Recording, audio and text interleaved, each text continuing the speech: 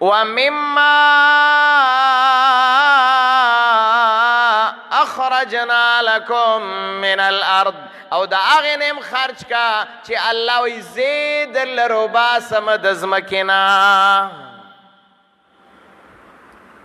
زه درله روباسم تا خو څه کړي صرف تخم دی په ځمکه کې شیندلی دی او بیا ورته ناست وي چې تیغ به کله وی تا خو شیندل خاورو ته دې وسپارل بیا خو تا څه نشول کولی ته خو ناست وي په دې تمه باندې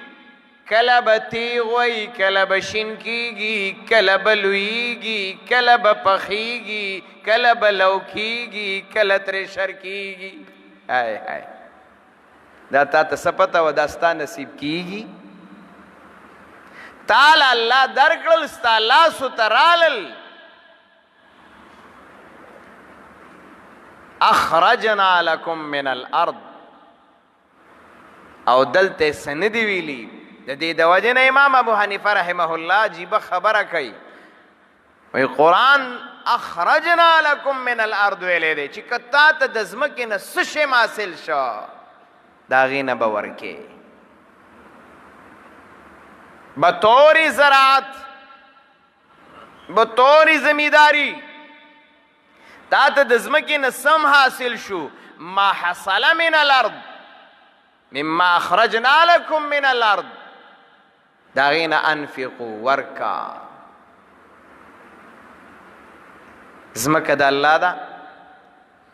صرف دومره مسله ده چې که اوبه یې خپلې وي نو ستا مشقت پې سیواش او که اوبه یې خپلې نه وي ستا مشقت پې کم دی نو مسله یې بدله شوه هغه ځمکه چې د هغې اوبه دا د ټیوبویل دي دا د نهر دي دا د کوهي او د ارټ دي پیسې پې لګې نو چې ستا نه پې مالیه ځي ستا نه پې بجلي خرچه ځي د اوبو نو د هغې نه شریعت وایي چونکې د اوبو مشقت په اوبو باندې کېږي نو اوبو سره مسله ده نو د هغې مشقت سیوا دی نو الله د طرف نه مسله اسانه شوه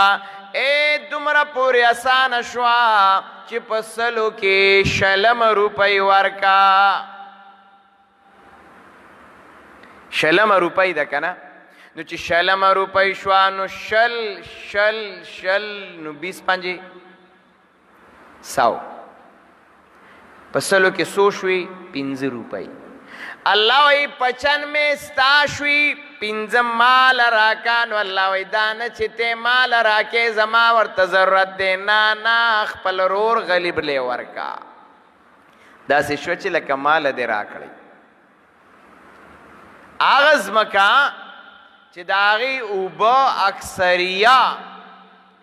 دا ستا په پیسه او ستا په مشقت باندې ده نو د هغې اوبو حکم دارې د هغې ځمکې سره چې د هغې نه به شلم حصه ورکې که 20 منه شوي دي نو 20 من که 20 کیلو شوي دي نو 20 کیلو 100 روپۍ شوي دي نو 15 روپۍ پکې شوي نو په زرو کې 50 شوي نو په 1 لاک کې 15,000 شوي الله وی 1 لاک روپۍ کې 95,000 ستا شوي 15,000 روپۍ به دا زما په نوم باندې شوي 5,000 روپۍ دا د الله په نوم شوي دې ته ویلی شي عام اصطلاح کې عشر اور که د اوبو مشقت پې کم دی اوبه پې کمې استعمالي کړي تا الله پې بارانونه وکړل ستا پې نه اسم نه دي لګېدلی نه دې پې سولر لګېدلی دی او نه دې پې کولر لګېدلی دی نه دې پې موټر لګېدلی دی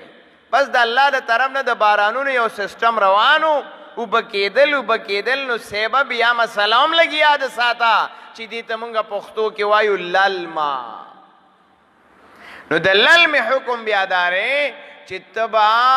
پسلو کې 10 روپۍ ورکې او په زرو کې به 100 ورکې او په 1 لاکھ کې 10,000. دا د عشر مسله شوا. انفقو او دې کې دا مسله یاد ساته ستا خرچې مرچې دا ستا خپلې دي. دا ستا خرچې مسالې وغیره ایوي لو تریشر دا ټولې خرچې دا ستا خپلې دي. قسمت د خپل دی که دلې ډېرې وکړې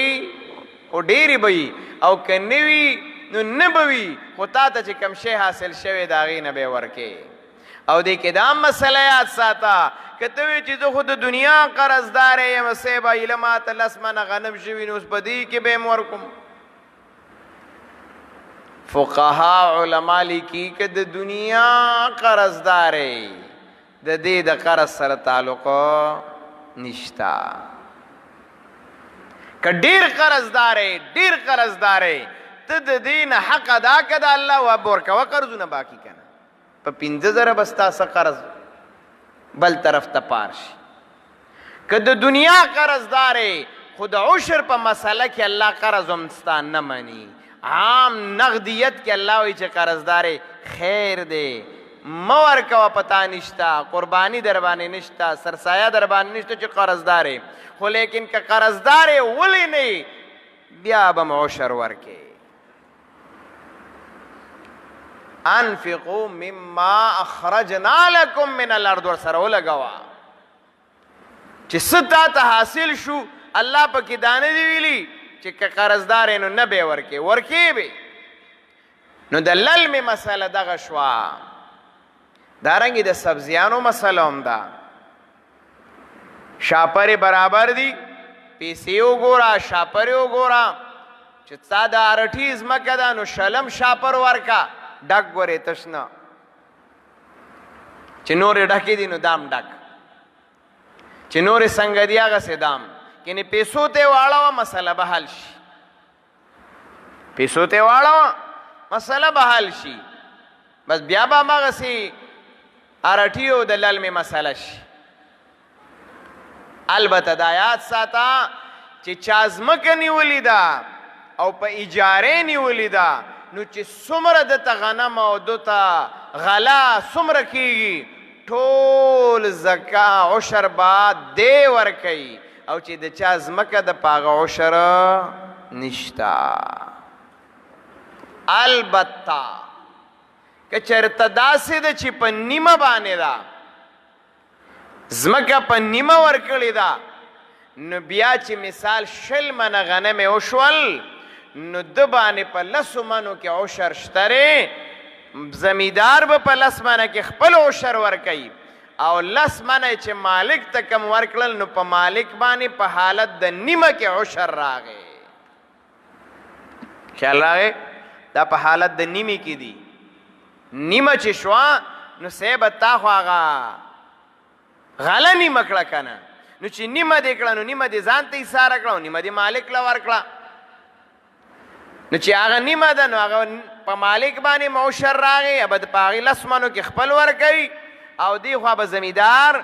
خپل به 10 منو کې ورکوي. اور که چېرته داسې مسله وه چې مسله د ځمکې د اجارې وه د نیمې نه وه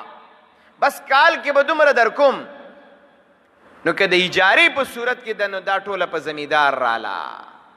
اور په مالک باندې په هغې کې عشر نشته دا به هغه ته پیسو ته کنورټ کېږي اوړي به عشر ته په هغې کې مثلا هغې باندې کال مسله ده بیا هغه پیسو ته واوړې ده نغدیت ته واوړې ده هغه دې ته نه ده راوړېدلې چې د عشر مسله ده دا په نیمه کې ده صرف. بیا دا مسله هم یاد ساته چې په دانه کې عشر دی که ستا مقصد دانه وي د انسان مقصد ته به کتی شي غرض ته به کتی شي. که ستا مقصد دانه حاصلولی دانه کې دی او اکثر داسې وي بوسو کې عشر نشته. که بوس تاله د لکونو روپو شي شریعت وایي دې ته ویلی شي بوس دا ستا خوراک نه دی دا ستا خوراک نه دی، دا د حیواناتو دی. ستا خوراک دانه وه، په تا باندې عشر په دانه کې دی، بوس دی باندې عشر نشته. که صدقات پکې ورکې نو د صدقاتو دومره لویه دروازه ده چې هغه نه بندېږي. پڼ دې پکې چاله صدقه که، بوج دې پکې چاله ورکه، د هغې پیسې دې چاله ورکړي، هغه په هر چا باندې کولی شي. خو یاد ساته د زکات او د عشر پیسې دا بغیر د غریب نه بل چاله نشي ورکولی. د بوسو پیسې ورکولی شي، داسې غریب غونته پکې وګوري ورېږه بوس دله ډېرو شو، خرڅ دې کړل، د 3 لکو 4 لکو روپو بوس دې خرڅ کړل، خیر دی یو 20,000 پکې 15,000 پکې جومات له ورکولی شي، دا هم پکې شته ښه. به هر حال مسائل خو ډېر دي، خو خبره مختصر دا ده چې عبادت بدني چې څنګه لازم دی او حق دی او باعث د اجر او د ثواب، نو داسې عبادت مالی دام لازم دی، حق دی، باعث د اجر و ثواب دی.